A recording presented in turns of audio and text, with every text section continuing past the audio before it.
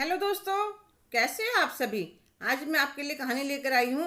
जब अपनी माँ पर आई बात, लड़के के क्यों होश उड़ गई।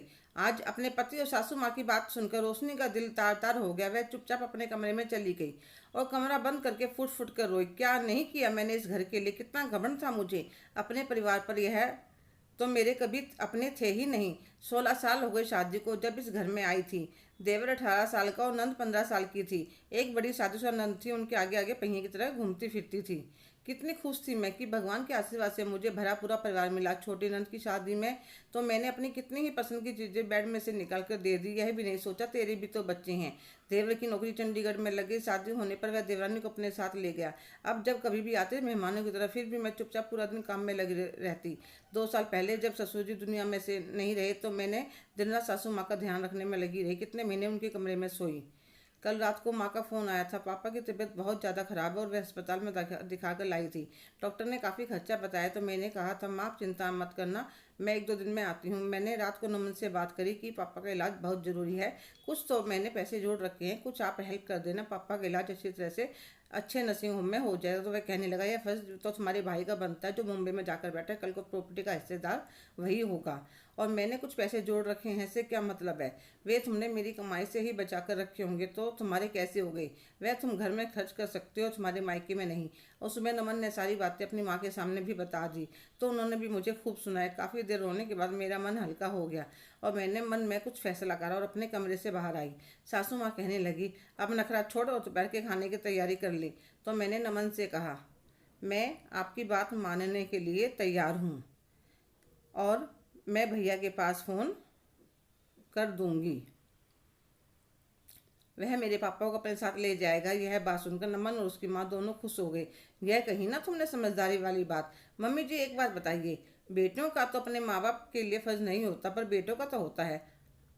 हाँ रोशनी होता है, भाई का बहन के लिए भी होता है। तो फिर मैं अकेली क्यों आपकी और आपकी बेटियों की जिम्मेदारी निभाऊं। आपका दूसरा बेटा भी तो है। अब से आप 6 महीने उसके पास रहेंगे और 6 महीने यहाँ रहेंगी और आपकी बेटी अभी 1 साल की गर्मी की छुट्टियों यहाँ आएंगी और 1 साल वहाँ जाएंगी। नमन एकदम से रोशनी पर चिल्लाता तुम्हारा दिमाग खराब है। तुम्हारी हिम्मत कैसे हुई मेरी माँ से इस तरह बात करने की। क्यों, जब तुम मेरे मम्मी पापा के बारे में कुछ भी बोल सकते हो तो मैं क्यों नहीं बोल सकती। अब मैंने क्या गलत कहा। तुमने ही तो कहा कि मेरे मम्मी पापा के लिए मेरे भाई का फर्ज है। तो तुम्हारी माँ के लिए, बहनों के लिए मैं अकेली क्यों पिसूँ। देवर देवरानी तो वहाँ ऐश कर रहे हैं, यहाँ पर कोई भी त्योहार हो, तुम्हारी माँ की हारी बीमारी हो, सब कुछ मैं अकेली ही देखती हूँ तो मैं क्यों करूँ। जब मेरे मम्मी पापा तुम्हारे कुछ नहीं लगते, तुम्हारा उनके लिए कोई फ़र्ज़ नहीं है तो तुम्हारे माँ भाई बहनों के लिए मैं क्यों फ़र्ज़ निभाऊँ। फेरे मैंने अकेली ने नहीं तुमने भी लिए हैं साथ में। अब तो यह फैसला होकर रहेगा। देवर जी के पास फ़ोन करो, उन्हें यहाँ बुलाओ। आज तो जब खाना बनेगा घर में, नहीं तो इतने भूखे बैठ रहे हो। नमन को उसकी माँ को यह उम्मीद नहीं थी कि रोशनी इतना बड़ा कदम उठा सकते। दोनों को समझ में नहीं आ रहा था क्या करें। नमन की माँ को पता था छोटी बहू बहुत तेज है, उसके साथ उनका गुजारा नहीं हो सकता।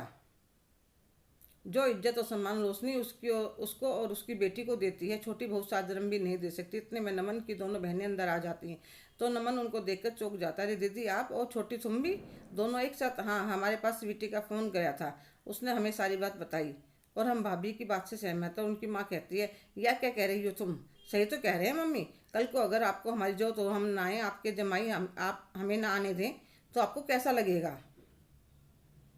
नमन भैया, भाभी अपने फर्ज से पीछे कभी नहीं हटी तो भैया आप क्यों हट रहे हो।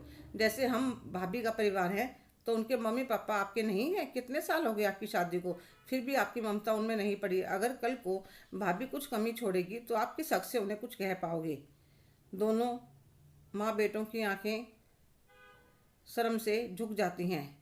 दोनों रोशनी के सामने हाथ जोड़कर खड़े हो जाते हैं। हमें अपनी गलती का एहसास हो गया है। सासू माँ कहते जा बहू जल्दी से तैयार हो जा, और अपने बेटों को कहते हैं जल्दी से कुछ, बेटियों को कहती हैं जल्दी से कुछ खाने के लिए बना दो, नमन और तुम्हारी भाभी खा जाएंगे। जाने के बाद क्या पता कितना टाइम लग जाए। ठीक है मम्मी। नमन भी जल्दी से तैयार हो जाता है और खाना खाकर दोनों चलने लगते हैं। तो उसकी नंदे कहते, भाभी इतने आप नहीं आती, हम घर का, मम्मी का, बच्चों का ध्यान रखेंगे, आप बेफिक्र होकर अपने पापा का इलाज करवाइए। रोशनी मन ही मन अपनी नंद को धन्यवाद कह रही थी। उसकी इतने सालों की मेहनत बेकार नहीं गई। आज उसकी दोनों नंदे उसके साथ खड़ी हैं। हेलो दोस्तों, कैसे हो आप सभी? क्या रोशनी का अपने पति और सासू माँ को धमकी देना सही था? कमेंट करके ज़रूर बताइए। अगर आप मेरे चैनल पर नए हैं तो प्लीज़ लाइक, शेयर, सब्सक्राइब करना ना भूलें। धन्यवाद।